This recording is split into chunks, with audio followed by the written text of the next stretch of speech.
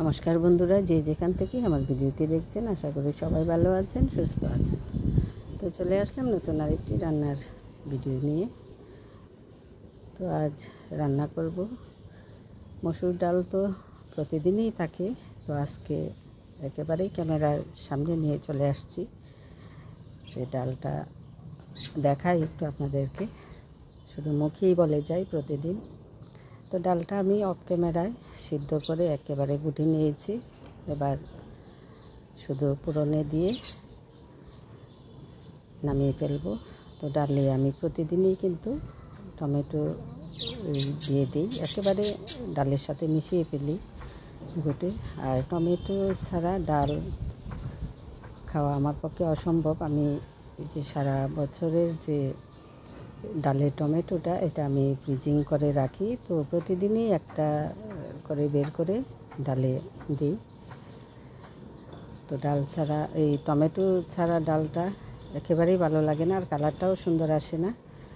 আর যে কোনো রান্নার কালার সুন্দর না আসলে সবারই হয়তো এটা খারাপ লাগে, আমারও ওই রকমই। তো পাঁচমিশালি সবজি দিয়ে একটা শুটকির ঝোল রান্না করব। তো শুটকির ঝোলটা মূলত এটা আমার কাজের মাসির কাছ থেকে শেখা। এই ঝোলের যে শুটকিটা, এটা মূলত আমি কোনো সময় রান্না করিনি। তো আমার মাসিটা যখন বাসায় থাকতো, তো প্রায় সময় দেখতামও একেবারে তেল ছাড়া এই তরকারিটা রান্না করতো। তো আমি একটু তেল দিই, আমি ওর মতো পারি না তেল ছাড়া। তো তেল দিয়ে তারপরে কিন্তু এই তরকারিটা রান্না করি। তো এই মাসিকে খাওয়ালে আমার রান্নাটা যখন মাসি খায়, তখন বলে, মাসি আমার শুটকি থেকে তোমার শুটকিটা অনেক মজা। তো ওরটাও ওর কাছে হয়তো মজা না, কিন্তু আমাদের কাছে বেশ ভালো লাগে, যেহেতু সেটা তেল পড়ে না, এই জন্য তেল ছাড়া। আর সবশেষে যেটা করব, এটা এই যে পাবদা মাছ রান্না করব, কারণ শুটকিটা আমার হাজব্যান্ড খাবে না। তো ওনার উদ্দেশ্যে রান্না, সবাই খাবো। উনি এই যে শুটকি জাতীয় কোনো খাবার, শুটকি জাতীয় খাবার না, অনেক খাবারই উনি খায় না।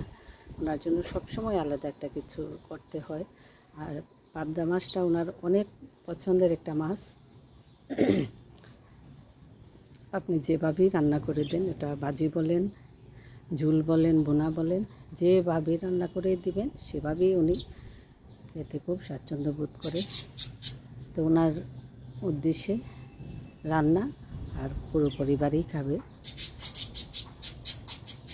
তো তরকারিটা আমার হয়ে আসছে, এবার নামিয়ে ফেলবো। তো এই তরকারিটার মধ্যে আমি কোনো ওই যে বাটা রসুন টসুন দিইনি, সব কিছুই কিন্তু আস্তা। আর বাঁশপাতির যে শুটকিটা, ওইটা দিয়ে রান্নাটা করেছি। আর এই যে পাবদা মাছের জন্য এই মশলাটা বেটে নেব। একটু রাঁধুনি, একটু মৌরি, জিরা, আর এই যে রসুন আর শুকনা মরিচ আমি পাটায় এই বাটবো এখন এগুলি। আর মাছটা না ভেজেই রান্না করব আজ। উনি আবার ওই যে ভাজা মাছের চাইতে উনি কাঁচা মাছটা বেশি পছন্দ করে। তো সরিষার তেল দিয়ে ফোড়নে যেটা দেব, এটা কালি জিরা, আদা আর কাঁচামরিচ। এটা একেবারেই পেঁয়াজ ছাড়া, পেঁয়াজ ছাড়া রান্নাটা করব। আমি যেখানে ভয়েস দিচ্ছি সেখানে পাখির বাসা, প্রচুর পাখি ডাকছে, গাড়ির শব্দ, ভয়েসটা দিতে অনেক সমস্যা হয়। কোথাও একটা নিরিবিলি জায়গা থাকে না ভয়েস দেওয়ার। তো যে একটা টমেটো কিন্তু আমি পেস্ট করে নিছি, টমেটোটা দিয়ে তারপরে যে বেটে রাখা যে মশলাটা, ওটাও দিয়ে দেব, দিয়ে ঝোল দেব, তারপরে মাছগুলো দিয়ে তারপরে নামিয়ে ফেলব। আর বন্ধুরা, আপনাদের ভিডিও আমি দেখি, তবে একটা কথা আমি বারবারই বলি যে আমি কমেন্ট করি অনেক ছোট, কারণ আমার দিকটা একটু চিন্তা করবেন। আমি সারা দিন ব্যস্ত থাকি, আর দুপুরের পরে যাদের ভিডিও দেখি সবার ভিডিওতেই কিন্তু একেবারেই ছোট করে কমেন্ট করি। তো অনেকে হয়তো ভাববেন যে আমরা অনেকেই আবার বিস্তারিত অনেক কিছুই তুলে ধরে এই কমেন্টে। যেটা হয়তো আমি পারি না, এটা আমার ব্যর্থতা। আর সবচেয়ে বড় কি জানেন তো, সকাল থেকে এই 3টা পর্যন্ত রান্নাঘরের কাজ করে তারপরে এই ধৈর্যটা থাকে না।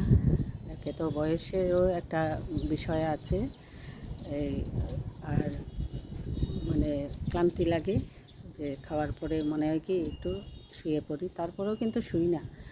না শুয়ে কিন্তু আমি শুরুতে যেটা করি 3টা-4টার পরে আপনাদের ভিডিওগুলো একেবারে সন্ধ্যা পর্যন্ত দেখার চেষ্টা করি। তবে কমেন্ট করি অনেক ছোট, অনেকে হয়তো ভাববেন যে এত ছোট কমেন্ট ভিডিওটা দেখে কি না। এটা তো আসলে বলে বোঝানো যাবে না, কতটুকু দেখি আর পুরাটা দেখি বা দেখি না, এটা বলে কাউকে বিশ্বাসও করানো যাবে না আর বোঝানোও যাবে না। তো ওটা থাক আমার মধ্যেই, আমারটা। আমি ছোট কমেন্ট করলে যদি কেউ আমার পরিবারে না আসে, আমার তো কিচ্ছু করার নেই, জোর করেও তো কাউকে আনতে পারবো না। তবে যাদের ভিডিও দেখি রেগুলার, যাদেরকে দেখি, এদেরকে আশা করি শেষ পর্যন্ত ধরে রাখবো, এটাই আমার মানে আশা।